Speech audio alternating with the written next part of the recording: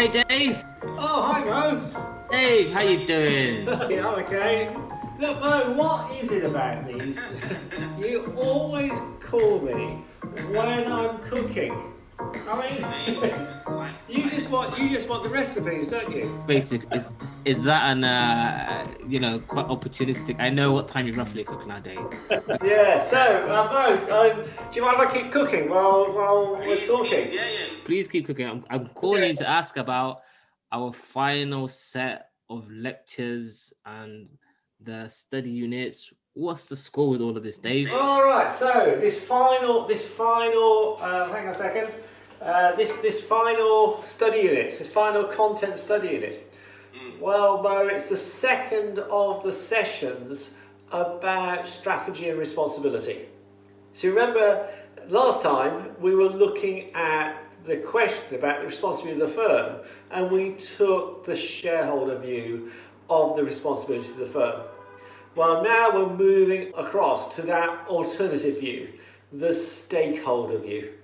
Now, if you remember from last time, stakeholder view is saying that firms have a wider set of responsibility than just making profits. So delivering products and services to their customers, and so delivering that function for society, and in doing that generating profits, which they then pay dividends, through which they then pay dividends to their shareholders, and most importantly, they pay taxes to the government. And then either individuals or the government then focus on to delivering other aspects of society, so creating social value. And so that view is that society works better if different institutions, different groups, focus on what they're good at. So firms have a role to play in society, and that's by focusing on delivering products and services within the law, making profits, and therefore taxes and dividends are paid, which funds other activities by other players who are better at doing those things. So that's the shareholder perspective. The stakeholder perspective is saying, actually no, in a society, firms must play a bigger role than that. So they must voluntarily, and that's quite important, voluntarily choose to do things beyond what they do to be good at creating products and services and paying dividends. So they need to get engaged in delivering social value as well.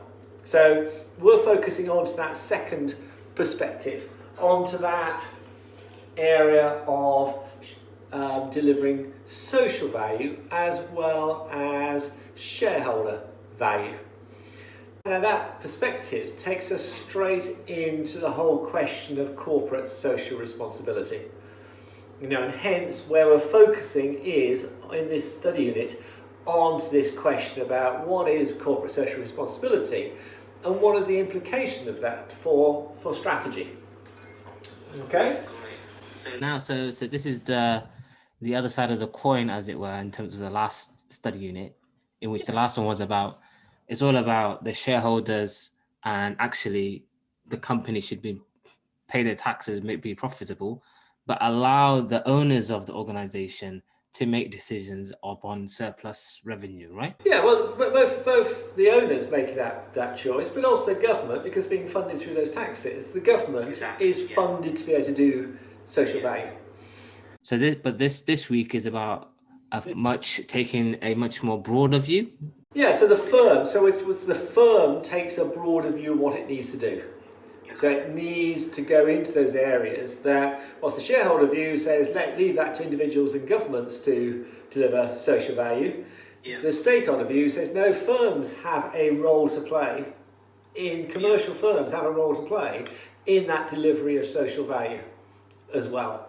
And therefore firms should take an active role in addressing the issues that society is facing. So that's the starting point. Okay, so now in our heads we're thinking about everybody who sort of works for the firm, who has some type of you said the word stakeholder. Can you tell me who the stakeholders Yeah, are? sure. So yes, you're right. Stakeholders do include the people working in the firm. Although Employees. be careful in that space, because to be effective as an organisation and so deliver higher profits, as the shareholder perspective say, you still got to deal with your employees well to get the best out of them. So you be careful on that one.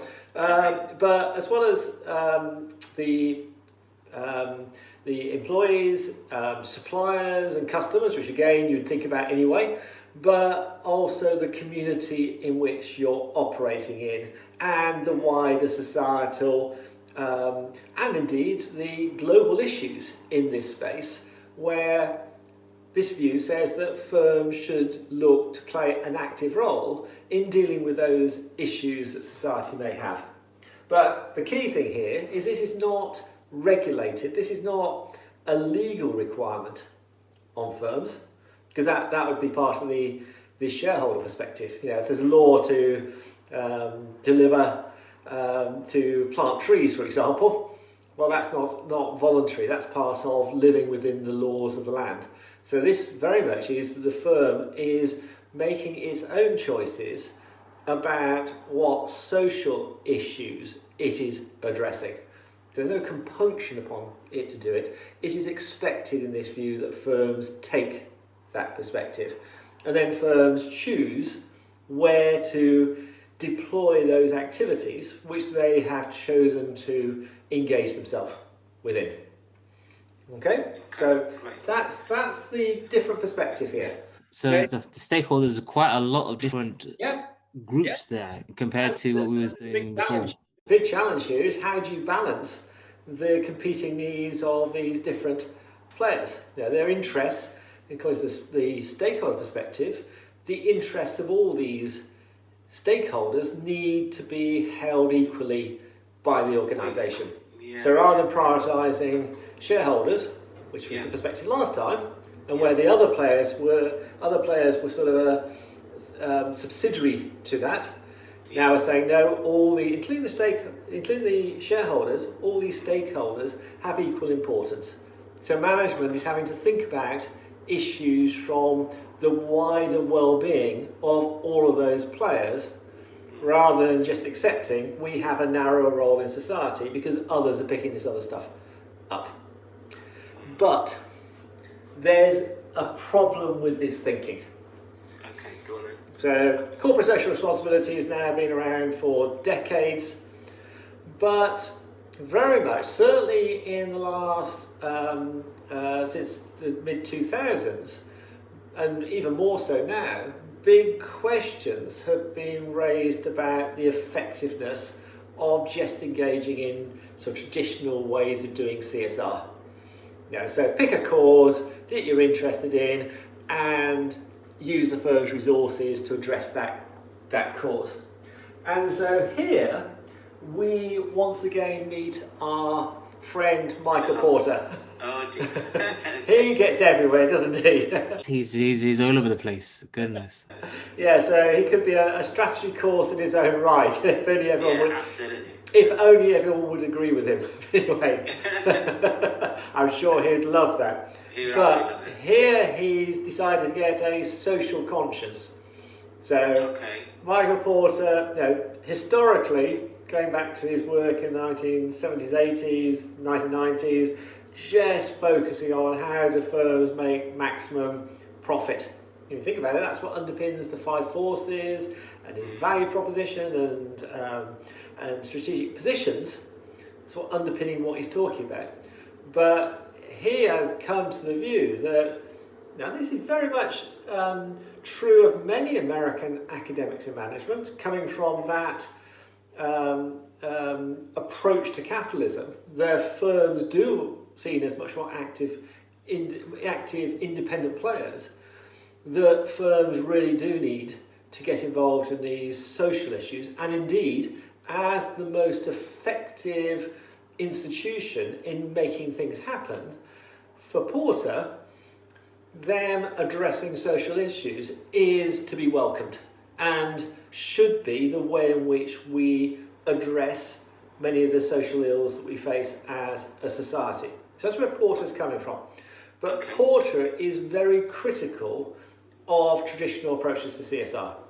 He says that actually they've just become marketing campaigns or the interests of a senior manager who happens to be attracted to a particular cause. The firm adopts that. And so or are used actually to hide what firms are doing, or just to get a legitimacy in terms of what the firm is doing. Now, as a result, the argument goes, well, it's just the shareholder perspective in disguise. So you're only doing these things because it actually boosts the profit.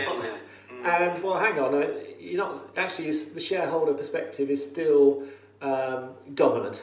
You're not actually thinking about how you can properly use the resources, the strengths of the organisation to address the social causes.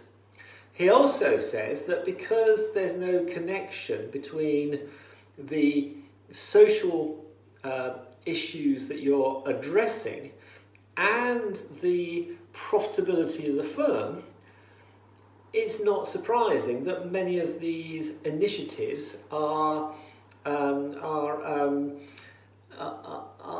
effect is minimal, and the firm doesn't sustain its involvement. Because, you know, when the management changes or when the economic environment changes, then these activities are not central to the firm's performance, and therefore they get stopped. So Porter says that you need to focus on to the intersection points where both social value is generated, but at the same time economic value for the firm and therefore for its shareholders is also generated. And if you hit that sweet spot, then two things happen. One, it's going to be sustained. So because it's in the interest of both, it's going to keep going. But also, that's likely to be the space where the firm has the competencies to be able to make a real impact, and probably also has the legitimacy to engage itself in that area. And therefore, it's deploying its resources into an area where it can really make a difference, and it's going to keep making a difference because of it in that space. So Porter's saying, he's saying, you don't just look at these things separately. You don't look at, here's the social value we're generating, and here's the business as usual economic value we're generating. We look at creating shared value. So at the same time, you're creating social value and economic value. And so it's more likely to be sustained. And this, of course, plays back to Porter's usual position in that to do that, you need to make choices. What's Porter said all along? You know, make choices and focus into those areas where you've chosen to focus, and stop doing everything else. So is Porter saying if there is a social good, Dave, that has to that is, you know, part of affecting it, but it's not economically viable for that particular business, he's saying that they shouldn't do it? Yeah, he's saying stop doing it, because you're better off, and society is better off, if you take the funds and the resources that you're putting into those things where you can't make much impact, and putting it into the places you can. So it's not saying that those aren't important, those other social issues. Yeah. It's saying, well, leave those to other firms and other institutions to deal with, because you would have more impact by using that, dedicating that resource, that time, that effort into a space where you can have real impact.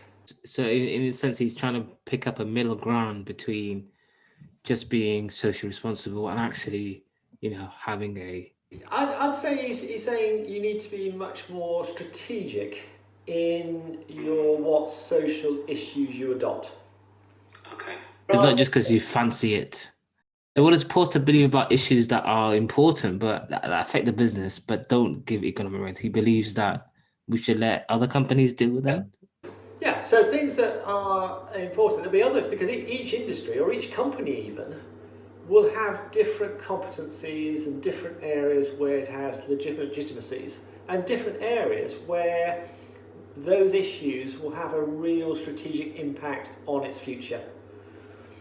And so the firm should focus that other firms will be in a different space.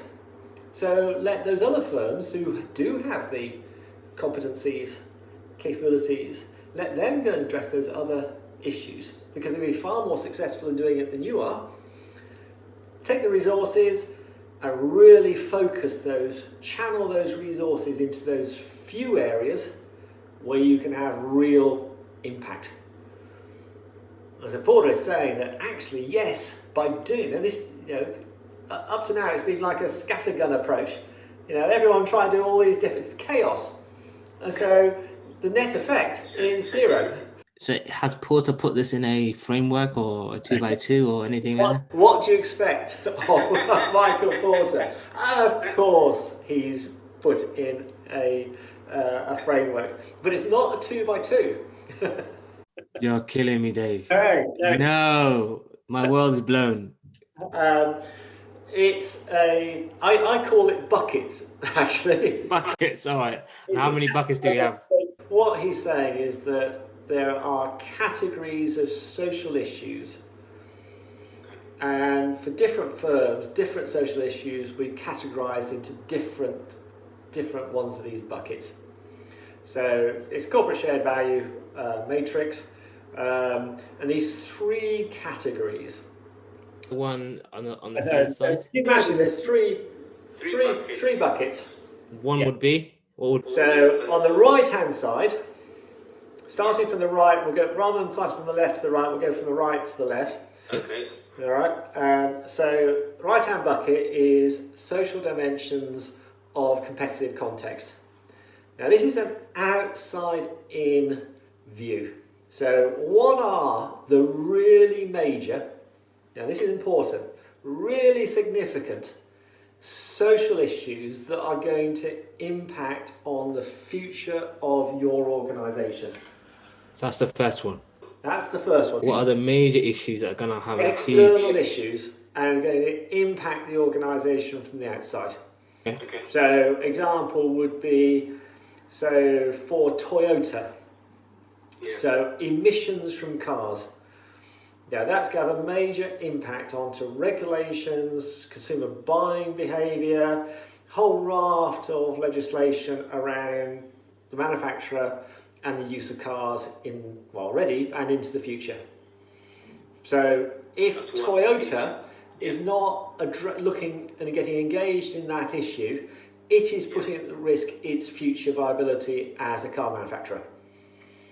So really major issue for a car manufacturer. And so Porter would say, you should be involved in that. So that's the first bucket. Yeah. Second bucket is inside out issues. So value chain issues is what he calls them. Okay, these are, what are you doing in your value chain, the value chain you own, what are you doing in that impacts onto social value? It could be destroying social value, it could be adding social value, it doesn't really matter. Okay, so if you are pumping effluent out into a river, sort of runoff of a dyeing process, you're pumping out into a river, well, you're causing damage, you're destroying social value in doing that. Yeah. Okay, or you could be doing something, you're doing something that's positive, but it's having both, that bucket is having a social impact because of what you're doing. And then the third bucket on the left hand side is generic social issues. And this is effectively everything else. The fact that we should be greener, great, Yeah, so here almost it's, well, you do sort of the minimum needed. because you're not having much impact onto it. It's important, you know, so for Walmart, for example. Yeah. Yeah. So it doesn't have an operation in Turkey. Yeah. All right, doesn't have stores in Turkey. If there was a earthquake in Turkey and there was, you know, a need to fund relief to Turkey. Yeah, and they had to. Important, you know, it's important, really important issue. You know, but for Walmart, it has no direct, you know, it's not an expert in searching for people buried under rubble. It's not expert in air transportation of relief supplies. It hasn't got stores there to open. It's not even there. So the argument go that for Walmart, it would be better not to get involved in that issue. Whilst for another firm who does have interests and expertise or connections into that area, maybe it would be the right thing to get involved in. So it's not saying that these social issues are not important. It's saying actually the company is better off using its resources in things where it will have a real impact and does have that expertise. Okay, so 3 buckets. So 3 buckets, and just to repeat, we have generic social issues on the far left, depending on what you want to say, one side. And those are things that are important in itself, but the company has no expertise in, cannot really align anything with what they're doing, not part of their value chain, nothing to do with them in their day-to-day running of their organization. Yep. Then we have the middle bucket, which is all about the value chain. And in there, we're seeking anything that they're doing in their value chain that has a social impact. So anything that they are, if there's any suppliers or resources that they're affecting, whether it's socially, environmentally, we should look into that and sort of in however we can as a company, you know, deal with that. And then there's what I think Porter says is the core, or the overlapping, in which there is an issue there that has to be dealt with, part of their own future, but also they can, you know, they have a part of their organization's future, but there is some social thing that has to be done with that as well.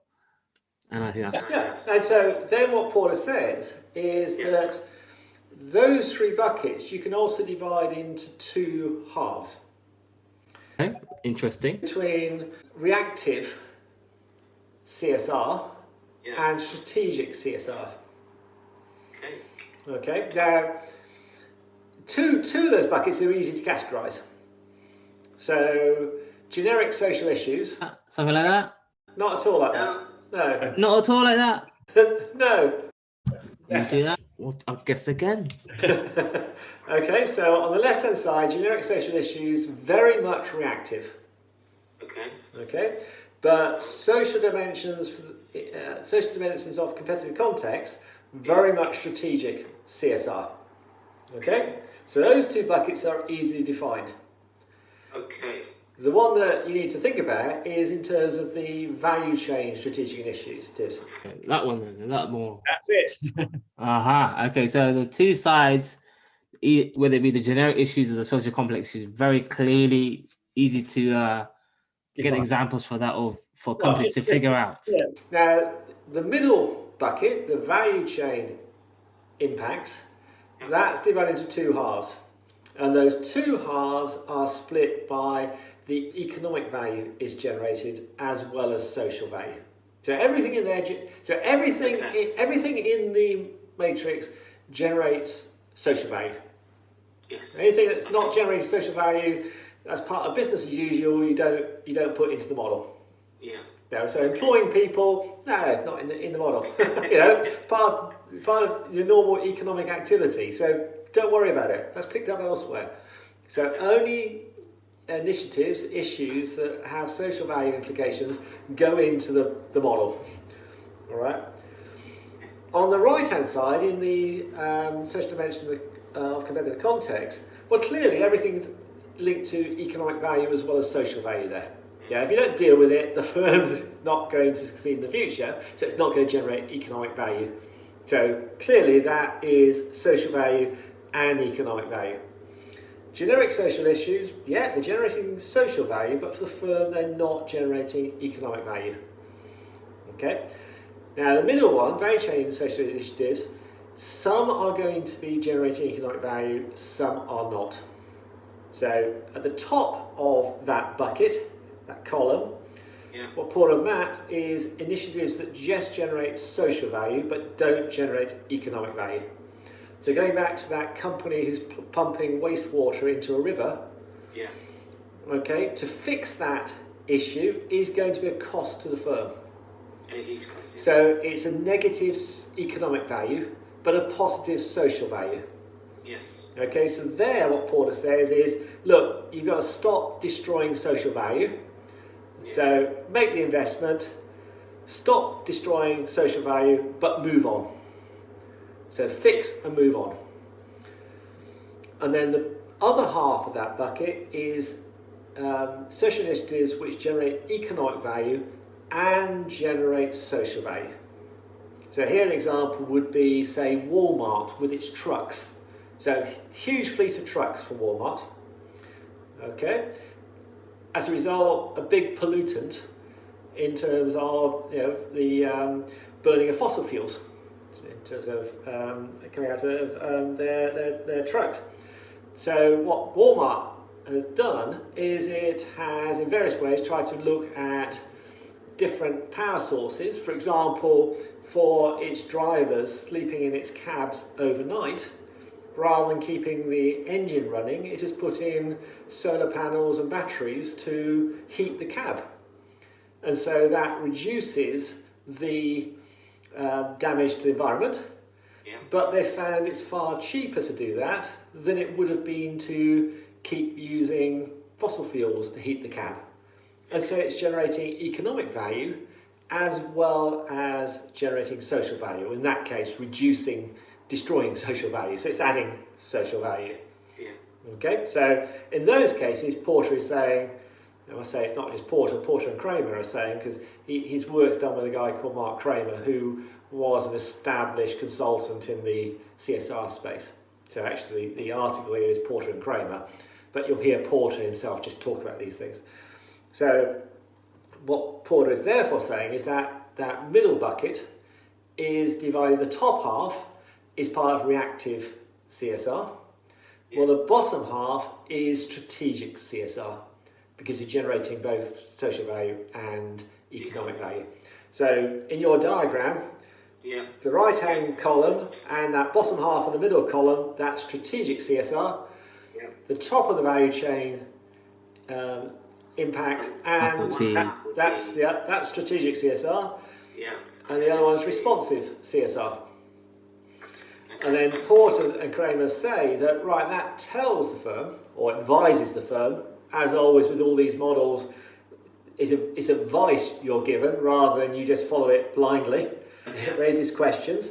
So what Porter says is, what you do is you stop or just comply if you have to with stuff in the left-hand bucket, so in the generic social issues. Top half of the value chain impacts, you fix and then move on. Bottom half of the value chain impacts column and the social dimension of competitive context, that's where you invest. So the resources that you would have been devoting to generic social issues, you take from there and you apply them into those two areas. And so as a result, you are being, as a firm, much more effective, both in terms of generating social value and at the same time generating economic value. So that's Porter's framework. That sounds great to me. So is that the main bit of theory then for this study unit? The main piece, that's the main piece of theory. So what you do as an executive team, and this one of the good things about this is because Porter's involved, it does mean that CSR does get raised up to a senior executive and board level in firms.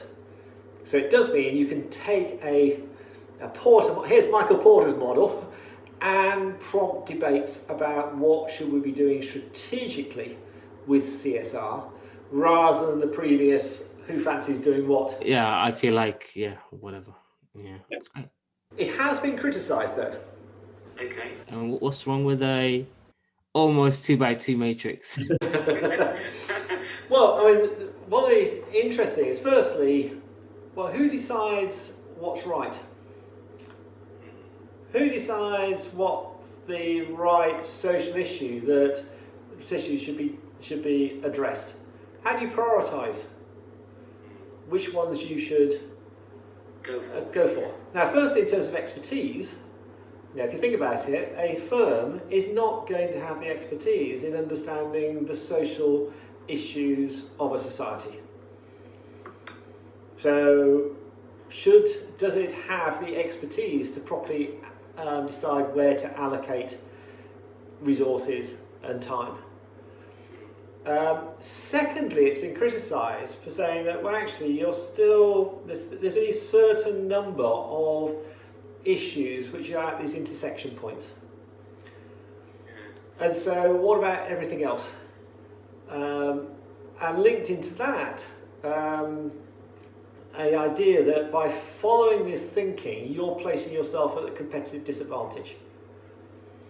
Because you'll find that many of these issues, some of them will be, but many issues make you less effective in delivering economic value than if you had ignored it. And therefore, you're placing yourself at a competitive disadvantage. And therefore, how sustainable is this way of operating? And then the final criticism is a much deeper critique. Is that, well, does a bunch of usually white middle-aged men sitting in senior executive teams in boards, do they have the right to make these choices on behalf of society? They don't reflect society in itself. They don't reflect society itself, and what legitimacy do they have? Because if you think about it, what you're doing by devoting resources to social issues is that potentially you're reducing the profitability of the firm. And as a result of that, you are paying less dividends and less taxes. And so if you're paying less taxes, the government's getting less taxes. Yeah. And so actually, can you say the company is taxing society, but there's no representation that goes with that. Yeah. So, and then it comes back to your sort of dichotomy between the two units. Exactly. And it's really interesting, if you look at the criticisms of the anti-globalization movement and anti-climate change movement, within that is the interest of companies really aligned with what the population want. And actually, would it be better if government is telling firms what they should do? And so, shouldn't government be the one who's deciding what social issues are addressed rather than firms? Which you get into a really interesting space in that someone like Milton Friedman, who champions the shareholder perspective, being almost arguing the same place as an activist like Naomi Klein. So, well, hang on, that's not the role of businesses to make those choices. It's the choice that should be the choice of the properly elected or chosen government in a country that is representative of the people in that country. You're posing big questions here. I just want to know, what's the answer? What's the answer to this conundrum? There's not a right answer. In this case, this comes down to your own personal beliefs and politics. So, do you believe that governments should be taking responsibility and be adequately funded to address these societal issues? Yeah. Or do you feel that, well, governments are too bureaucratic and waste money, and actually firms are more effective and the market is more effective in doing this? So it does come down to what your perspective on outlook is, actually, because you can get involved in that debate, or you can just say, well, here are two tools that provide different perspectives that help us in making decisions. So very diplomatic of you, Dave. let's look at things from that shareholder perspective. and stick from the shareholder and see what that perspective, apply the parenting matrix and see what that tells us. Fine, that tells us this, right, let's look at it from the stakeholder perspective. Use Porter and Kramer's model, what's that telling me about what we should be doing? It does not remove the responsibilities from managers to ultimately make the choices. At the end of the day, that's why as a manager you get paid. Yes, listen to the inputs, but you have to make the choice. No, brilliant. Well, I think students will find that very straightforward, and I think it's quite an interesting debate, more broadly even beyond strategy actually as well. It is. I mean, but then Very informative. yeah, but that's what strategy is really. It goes beyond the business. You are trying to think about an organisation that it's not a black box. It's a group of people operating together to do something, and within that there's complexity. And what we've been doing through these last weeks is trying to provide particular tools you can use to cut through that complexity. So using the tools to get the insight mean you are better placed to make a decision. Dave, by the way, I forgot to ask you, what have you cooked today? Well, today I'm cooking a vegetarian lasagna. Vegetarian? Yep, I'm with mushrooms and spinach. Not meat, Dave? No meat. No, I'm doing my bit. I'm on my. Can I cut down the amount of meat that I am eating, and therefore through that reduce my carbon footprint? Okay. So if you think about this in terms of Porter and Kramer's framework, Yeah. you can say what I'm doing is by eating lots of meat, Yeah. I have a higher carbon footprint than I perhaps should have.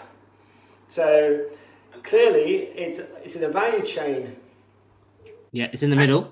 So in terms of my life, what I eat, but in terms of cooking lots of meat, I'm having a negative impact onto social value. Yeah. Okay, and so by switching to cooking a few more vegetarian things, I am reducing that impact. But doesn't generate any economic value really. No. To be made with mince is pretty cheap, so I could have made it with mince. So it's probably not delivering me any economic value. So it'd be that top half of that middle bucket. Okay. Okay. Cool. Fantastic. Dave, I'm gonna let you enjoy your vegetarian. I'll show you what comes out of it. Yeah, oh, definitely. And I'll just keep eating my meat. Anyway, Dave, I'll let you be. Thank you for your time, man. Cheers, good to talk to you, man.